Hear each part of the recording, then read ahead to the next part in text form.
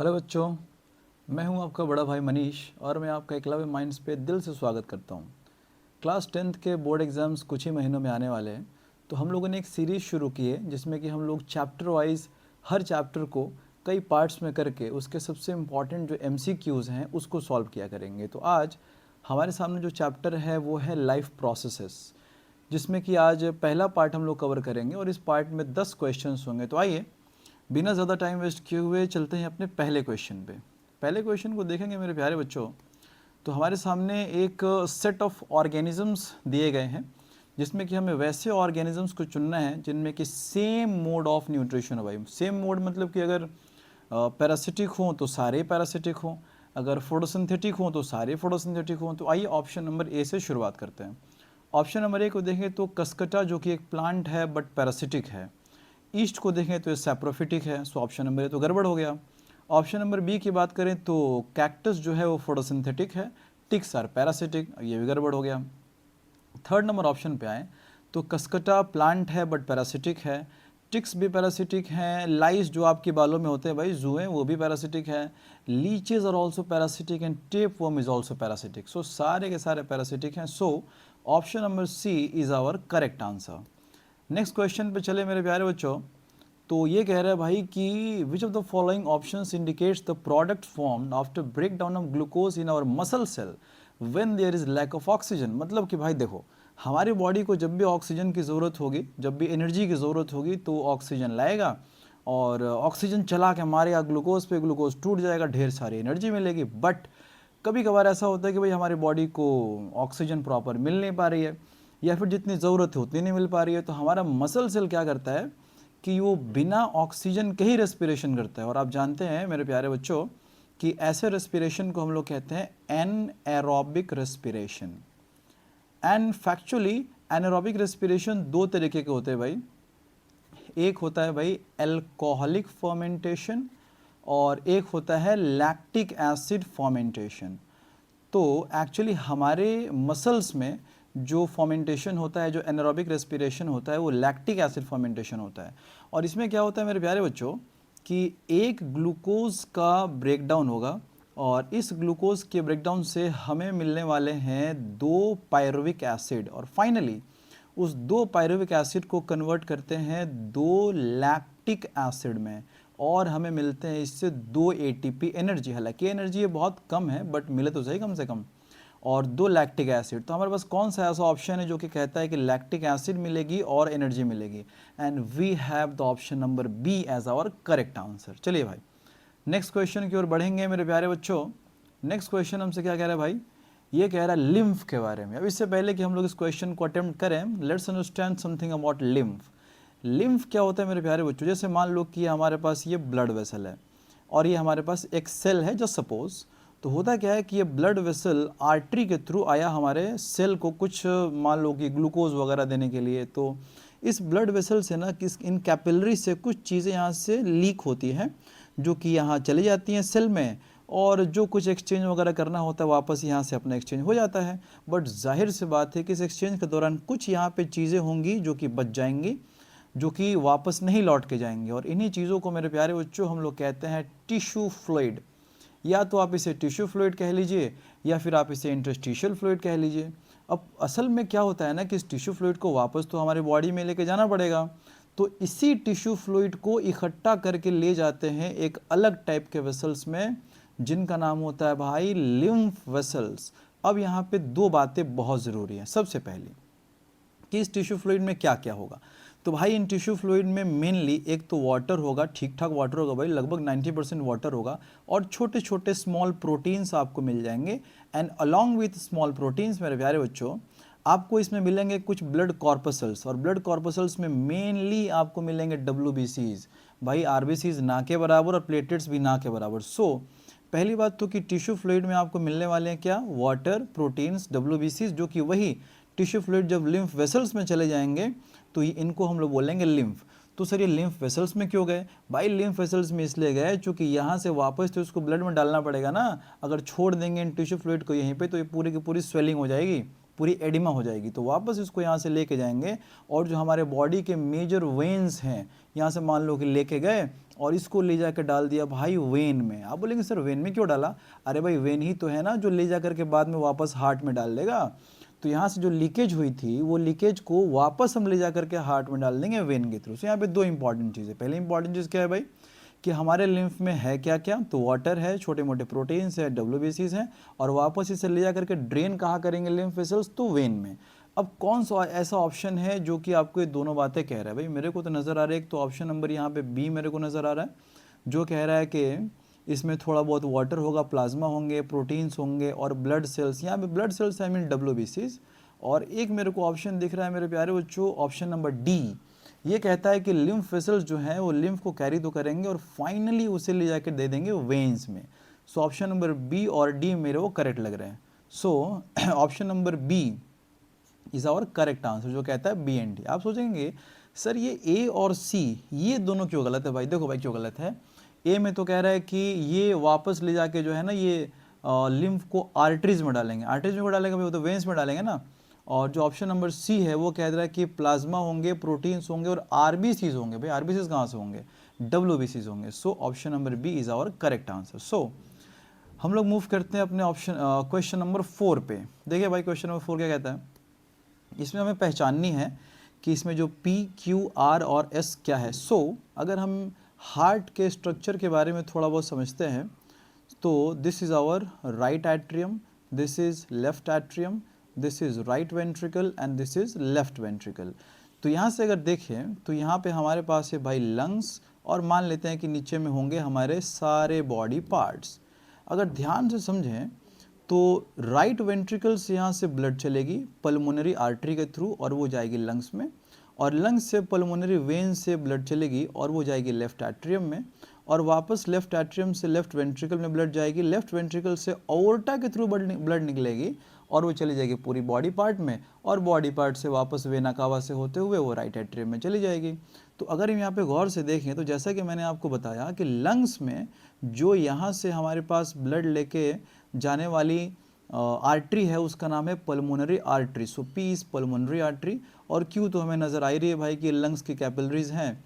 और आर की बात करें जैसा मैंने आपको बताया कि ये लंग्स से वापस ब्लड लेके आती हैं और इनका नाम है पल्मोनरी वेन, और ये जो एस है वो है ओवर्टा। सो कौन सा ऑप्शन है भाई जो कह रहा हो कि मेरे को ये ऑप्शन नज़र आ रहा है भाई कि पी है पल्मोनरी आर्टरी, क्यू जो है वो लंग कैपिलरीज हैं, और आर पल्मोनरी वेन्स हैं, और एस जो है वो ओवर्टा है। So option number C is our correct answer. So let's moving towards question number 5।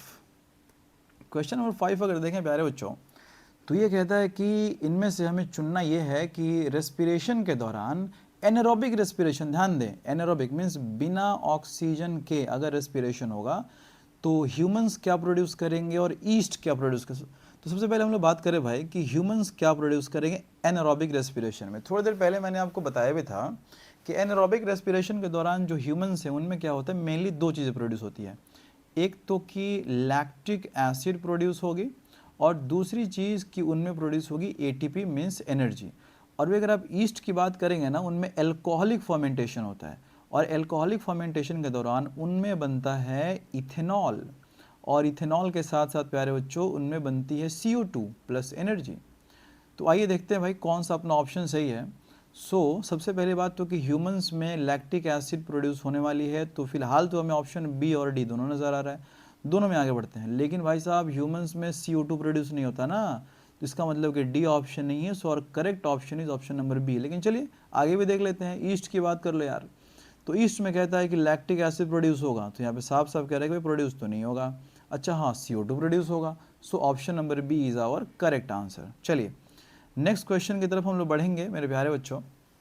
So we have a question जिसमें कि कह रहा है कि आपके सामने एक डायग्राम है, आप उस डायग्राम को देखो और डायग्राम को पहचानो कि हो क्या रहा है। देखो भाई मैं आपको बताता हूँ हो क्या रहा है। यहाँ पे क्या हो रहा है ना कि सबसे पहले जस्ट सपोज कि यहाँ पे है हमारे सूरज देवता सन, और यहाँ से क्या हुआ कि लाइट पड़ी, सनलाइट पड़ी, और यहाँ पे कई सारे पत्ते। अब सनलाइट के एनर्जी की वजह से इन पत्तों ने वाटर वेपर लूज़ किया होगा। अब वाटर में भाई बड़ी ज़बरदस्त दोस्ती होती है, तो यहाँ का जो वाटर मॉलिक्यूल था ना वो अपने पीछे वाले भाई को बोला कि भाई मैं तो जा रहा हूँ। तो पीछे वाला बोला कि भाई मैं भी तेरे साथ चलूँगा। ऐसे करते करते करते करते पूरी एक लंबी सी चेन बन गई, और इसी चेन को, इसी पुल को मेरे प्यारे बच्चों कहते हैं ट्रांसपिरेशन पुल। अब यहाँ पे आप ध्यान से देखो तो एक नज़र से आप देखोगे तो ये एक लॉस का प्रोसेस है। क्यों? क्योंकि यहाँ से वाटर का लॉस हो रहा है। बट आप एक नज़र से देखोगे भाई, तो अगर ये ना होता तो इनमें इतनी गहरी दोस्ती के बाद ये रूट से इतना लंबा जो वाटर की चेन है वो कैसे बनती। इसीलिए ट्रांसपिरेशन पुल में माना कि वाटर का लॉस तो हो रहा है, लेकिन भाई कम से कम एक सक्शन पुल, एक ट्रांसपिरेशन पुल तो बन रही है, ताकि वाटर ज़मीन से, रूट से ऊपर की ओर जाए।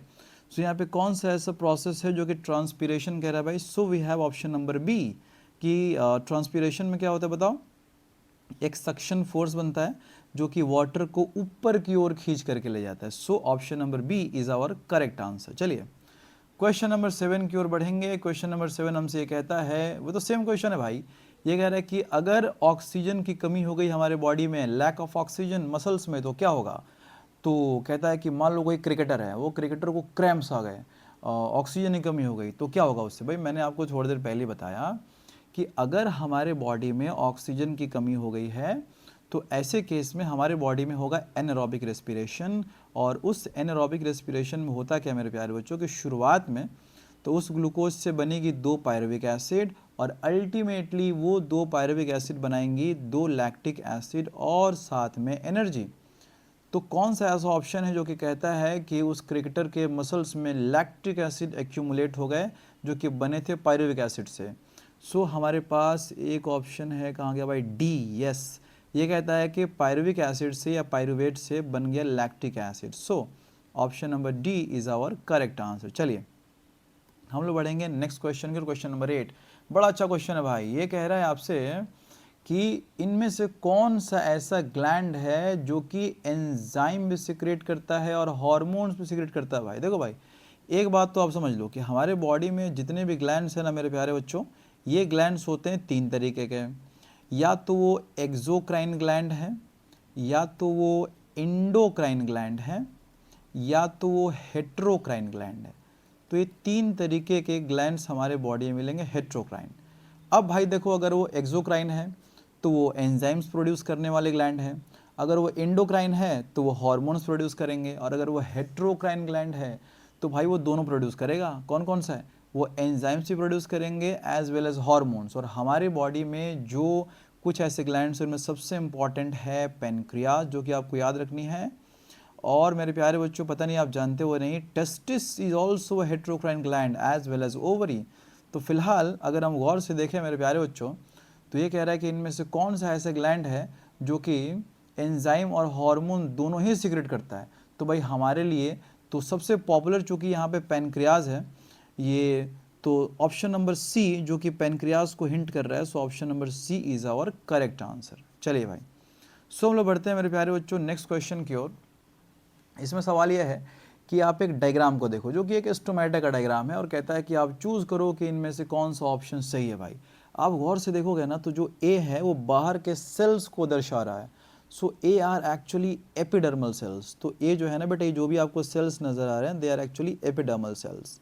आप बी को देखो भाई, बी साफ साफ नज़र आ रहा है कि आपको पता है ये जो बी बीच में जो आपको ये स्पेस नज़र आ रहा है ना, इसी स्पेस को भाई कहते हैं स्टोमेटा। हालांकि स्टोमेटा एक प्लूरल वर्ड है, इसका सिंगुलर होता है स्टोमा, बट ठीक है। और ये जो आपको साइड में जो सेल्स लंबी सी आपको ये किडनी शेप की सेल नज़र आ रही है ना, B, this is actually guard cell. और सी तो बेचारा छोटा सा न्यूक्लियस है। और इस पूरे गार्ड सेल में आप ध्यान से देखो, ये छोटे छोटे जो आपको नज़र आ रहे हैं ना, जो ऑप्शन नंबर जो यहाँ पे डी है हमारे पास, ये है क्लोरोप्लास्ट। और अंत में इसकी चारों तरफ जो एक दीवार है ई, वो है सेल वॉल। तो कौन सा ऐसा ऑप्शन है भाई जो कह रहा है A epidermal cell, B guard cell, C nucleus, D cell wall? So D तो सेल वॉल नहीं है भाई, डी तो हमारे पास क्लोरोप्लास्ट है, and E cell wall. So option number S is our correct answer. चलिए, so moving towards the next question. आज के पार्ट का ये लास्ट क्वेश्चन है भाई। ये क्या कह रहा है आओ ज़रा देखते हैं। ये कहता है कि एक स्पोर्ट्समैन है जो कि एक लंबी छुट्टी के बाद after a long break of his routine exercise suffered muscular cramps heavy exercise session पे बेचारा चला गया। मतलब कि ये लंबी छुट्टी पे था और कुछ दिन बाद अचानक खूब ज़बरदस्त इसने डंबल वगैरह मारे होंगे, उसके बाद से क्या हुआ कि क्रैम्प्स वगैरह हो गए। तो सवाल पूछ रहा है क्यों ऐसा हुआ होगा। मेरे प्यारे बच्चों, मैंने इस सेशन में आपको 2 बार ये बातें बता दी, आइए आपको दोबारा बताता हूँ मैं। इसमें हुआ क्या होगा कि हमारे बॉडी के जो मसल सेल्स होते हैं ना, उसमें होता है एनारोबिक रेस्पिरेशन, जिसमें क्या होता है कि जो ग्लूकोज है ये कन्वर्ट हो जाता है भाई किसमें, 2 पायरुविक एसिड में, और वापस जो ये 2 पायरुविक एसिड हैं ये बनाते हैं 2 लैक्टिक एसिड और मिलती है थोड़ी सी एनर्जी, मीन्स 2 ATP एनर्जी। तो कौन सा ऐसा ऑप्शन है जो कि कहता है कि पायरुविक एसिड से लैक्टिक एसिड मिला होगा और एनर्जी मिली होगी। तो यहाँ पे हमें कह रहा है भाई कि lack of oxygen and formation of lactic acid. सही बात है भाई, कैसा क्यों हुआ होगा, क्योंकि ऑक्सीजन की कमी हो गई होगी और लैक्टिक एसिड का फॉर्मेशन हो गया होगा। So option number C is our correct answer. आइए भाई बाकी ऑप्शंस भी देखते हैं क्या कह रहा है। तो ऑप्शन नंबर ए कह रहा है ना कि CO2 की कमी होगी। भाई साहब CO2 क्यों कम हो जाएगी, हमें रेस्पिरेशन में चाहिए ऑक्सीजन, तो CO2 की कमी हो भी गई तो क्या प्रॉब्लम मेरे को उससे। अच्छा, सेकंड नंबर ऑप्शन कहता है कि ऑक्सीजन की प्रेजेंस थी और इथेनॉल बन गया। भाई साहब हमारे बॉडी में अगर इथेनॉल बनते तो बेचारे जो है लोग वो इसके भूखे क्यों होते हैं। So no doubt. अब आइए भाई, ये कह रहा है कि ऑक्सीजन की कमी हो गई और CO2 बन गया। सो ये तो गलत बात है भाई, कारण कि अगर हमारे बॉडी में ऑक्सीजन की कमी होगी तो रेस्पिरेशन ही कम हो जाएगा, तो CO2 का बनने का सवाल ही नहीं है। So option number C is our correct answer. So मेरे प्यारे बच्चों, आज के सेशन में हम लोगों ने लाइफ प्रोसेसेस में पार्ट 1 कंप्लीट किया, इसमें कि 10 क्वेश्चंस हैं और हम लोग मिलेंगे आपसे नेक्स्ट पार्ट में वापस 10 क्वेश्चंस के साथ। तब तक बहुत बहुत शुक्रिया।